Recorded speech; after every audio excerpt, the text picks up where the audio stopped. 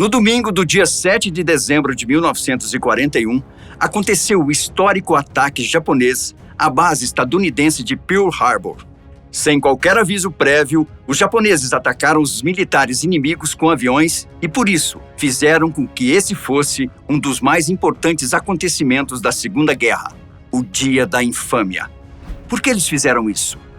Qual a verdadeira razão pela qual o Japão atacou Pearl Harbor? Olá, eu sou o Bombinha.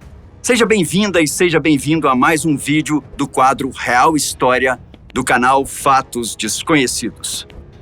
Como sempre, é muito bom te receber aqui. Você vai ver tudo sobre o ataque a Pearl Harbor agora. Qual era o contexto conflituoso da época?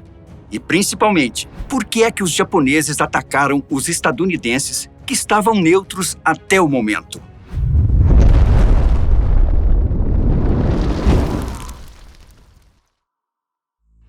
Para começar, vamos entender o embargo sofrido pelo Japão na época. Muitos consideram um êxito econômico, mas do ponto de vista estratégico, não foi tanto assim. Bom, na época, o país oriental era um império e realizava ações expansionistas, ou seja, invadia e dominava outros territórios próximos. Para tentar frear essas ações, o presidente dos Estados Unidos, Franklin Delano Roosevelt, resolveu agir de forma diplomática.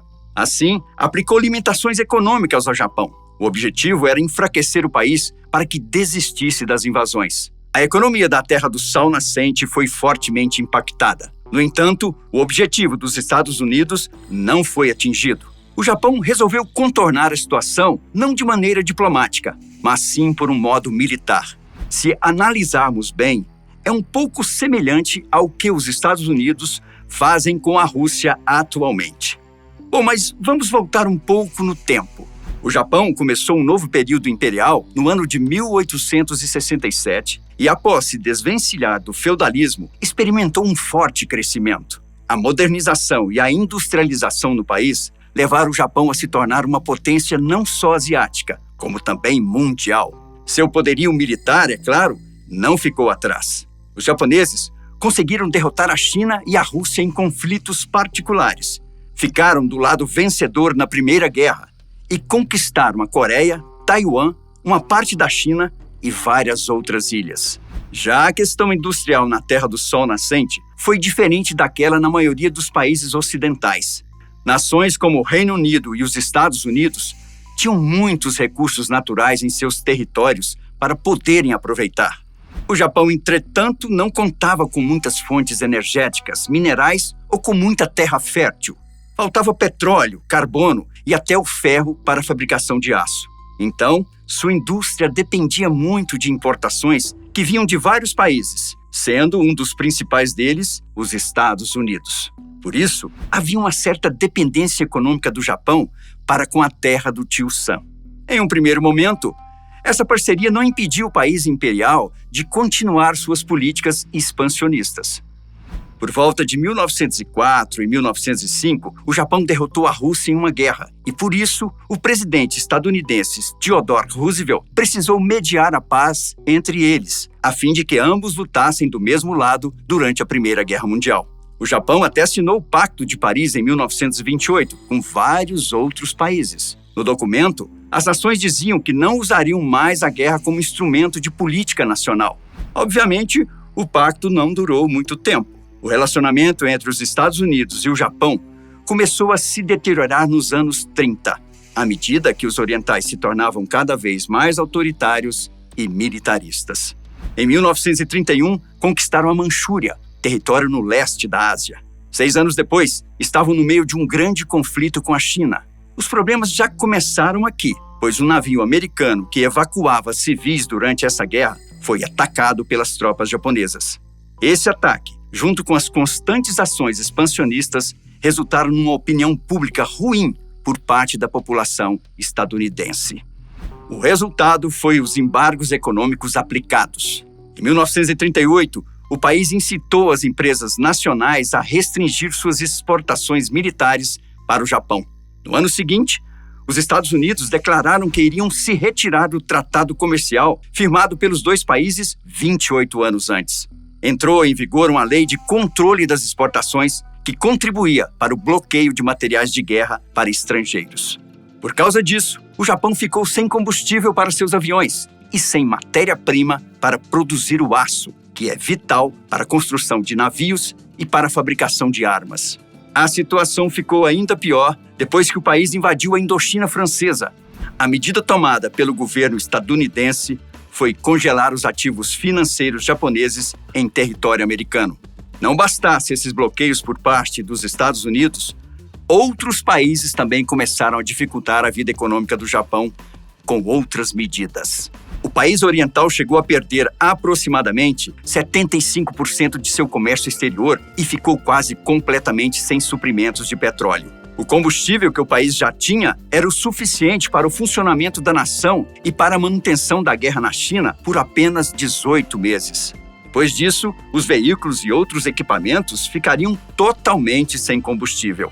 No ano de 1940, mais um importante passo rumo ao ataque de Pearl Harbor. Como você pode perceber, as questões econômicas eram grandes motivadores, mas outras ainda surgiriam.